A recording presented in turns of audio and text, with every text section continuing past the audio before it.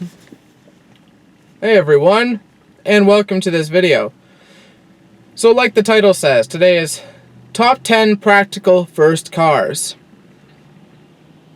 Now, emphasize on practical here. Practical. I'm not going to list off any of your Ferraris that you dream of or anything like that. This is very practical list, like I was saying.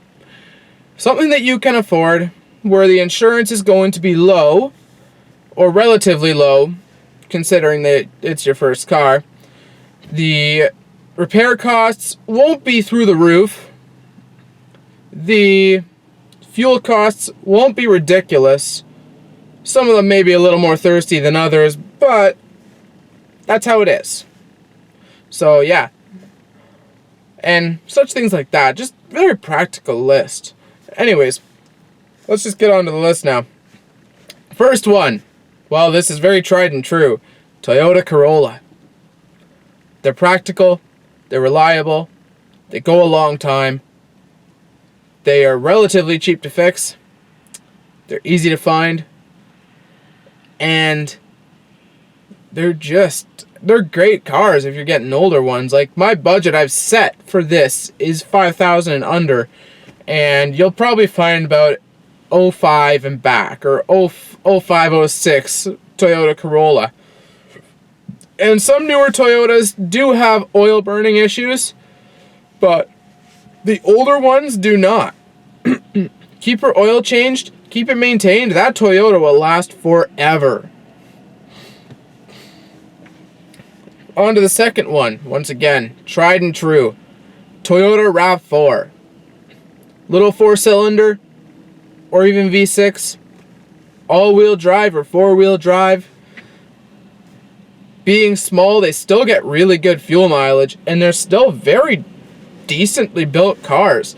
The older ones, you're probably looking at about an 04-ish, 03-ish, and you'd probably be looking at around 200 to 250,000 kilometers on them in that price range. Which for a Toyota is nothing, if it was maintained correctly. Given so any car maintained badly will last a short time.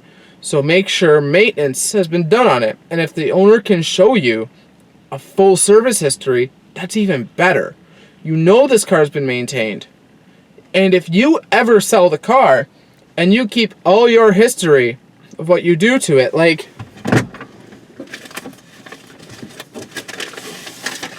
this is the timing belt, fuel filter, inline heater, coolant heater that I got put in this car. And I keep everything for this car that I've done to it. It's a really smart thing to do, because if you ever plan to sell it, you have all the receipts to show what you've done to the car. Anyways, that's off topic for this video. So we'll go on to the next car. Mazda 3.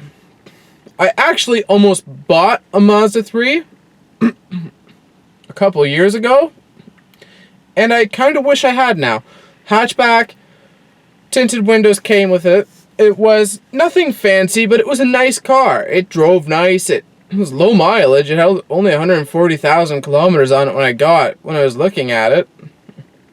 And the asking price was, I think, $5,000. And that was 2 years ago. You can find them now for like $2,000 with around 200 to 250 on them.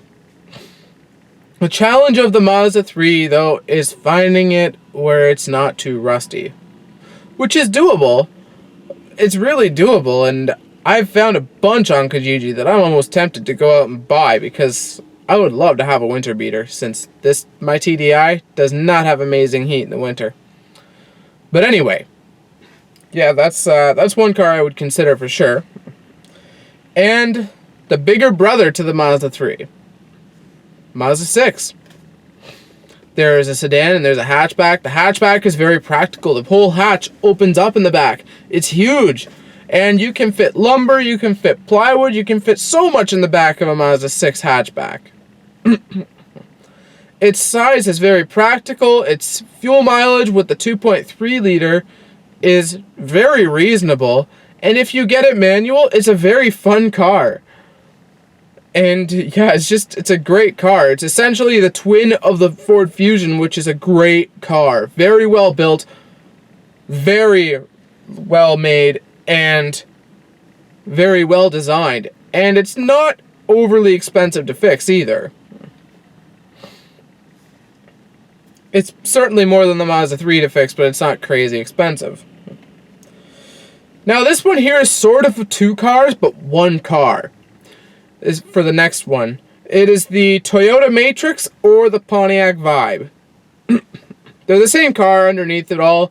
Same engine, same transmission, same chassis, same electronics, I believe, too, for all the emissions stuff and computer stuff and everything like that.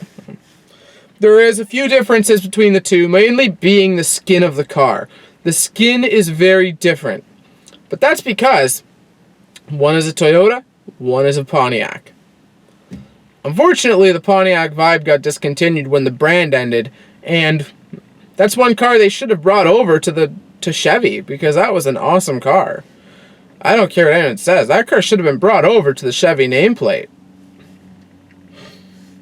Now, another one which will be a little more costly to fix than the others on this list, I believe, but it's probably well worth it for the outdoorsy, adventurous type of person, but they don't want a SUV, so to speak.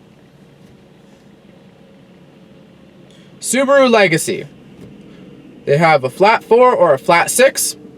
Personally, I go for the flat 4 myself. It's a bit better on fuel. Get it manual. You have an amazing drivetrain. Very fun. And do a muffler delete on that thing. It'll sound incredible. Those flat 4s have an awesome sound. Now, that being said, the Legacy also, at some point, there's a Legacy sedan, Legacy wagon, and Legacy Outback. Now, as of recently, I don't know how recent, but it's now the Outback, the Subaru Outback, is the wagon form one. So if you like wagons, get the Outback. It's jacked up from factory. It has tons of ground clearance. It is great. You'll have a lot of fun with that car. And other, kind of like an appliance, but just dead reliable. If you're just looking for dead reliable, while being roomy, the Toyota Camry.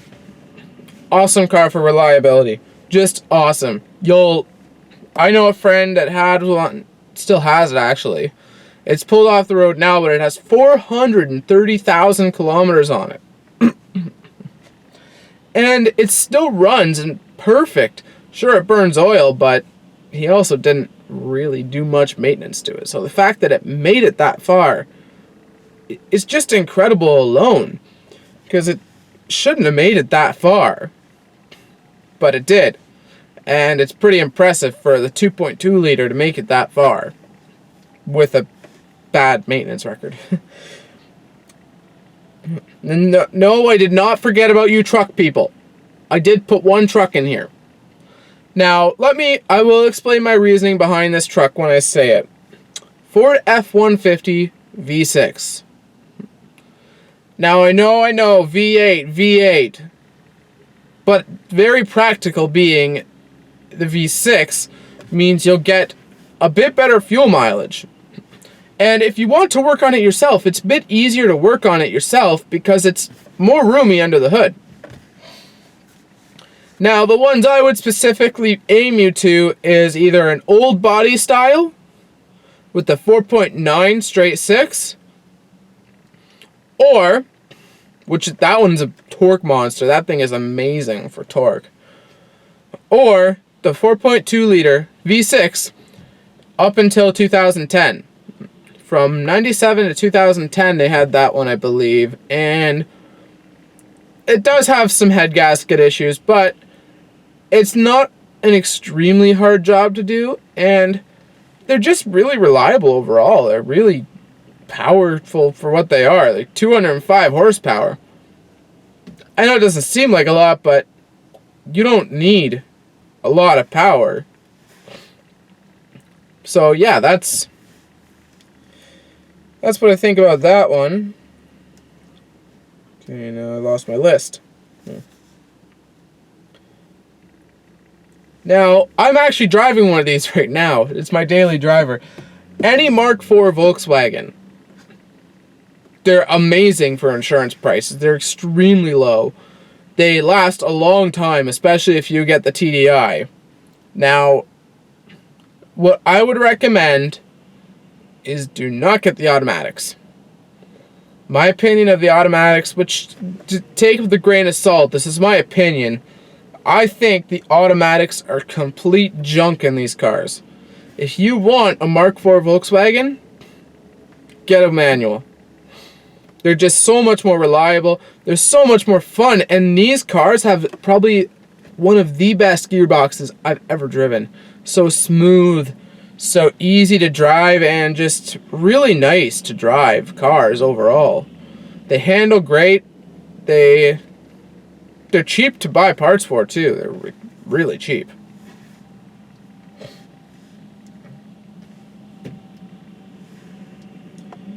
And well, I guess this is going to be 11. The rival to the Toyota RAV4 is the CR-V, which once again, it's a great car. It's reliable, it's long-lasting. I think they have the K24 engine in them, if I'm not mistaken. And that engine I've heard really great things from. A lot of power, a lot of reliability, a lot of utility in that vehicle. With the squared off back and the older ones that you would be looking at in the 5K price range, it's dead nuts reliable. Yeah, they're timing belts engine. Keep your timing belts changed. Keep the oil changed. You'll have a good car for a long time. Now, here's one that I actually forgot to put on the list. So it's going to make 11.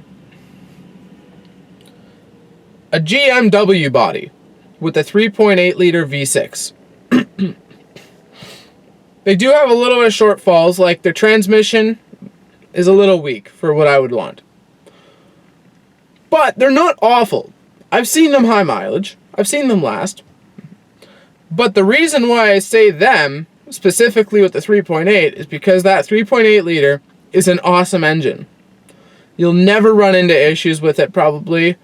And as long as you maintain it, that car could make it to 500,000 kilometers easy. And the best part is, they're so cheap to buy. You can find them. I was actually on Kijiji today, and I saw a couple for $500. $500 for a 2002 Chevy Impala with only about 205,000 kilometers on it, and a 3.8 liter. It's a pretty good price. Put liability only on it, and you got a car that you could, if you were careful, you could have it last you a long time. Now, of course, some of these cars may be unreliable. I'm not saying they're perfect, but if you get a good one that was well maintained, this list should get you a decent car. Now, with that being said also, if there's any that you think I missed, put it down in the comments below. And if you feel like you want to, explain why you feel they're very practical. Now, keep in mind, this list was about fuel mileage, insurance, repair costs, purchase cost, and practicality for someone who doesn't really have a ton of money to spend on fuel, insurance, repairs, and such like that. So I was thinking is very practical. But yeah, that is the list I came up with. If there's anything more you think would be practical, like I said, drop down in the comments below. I will probably respond to you. Anyways, thanks for watching. Don't forget to like, favorite, and share this video, as well as subscribe for more. Have a great day, everyone.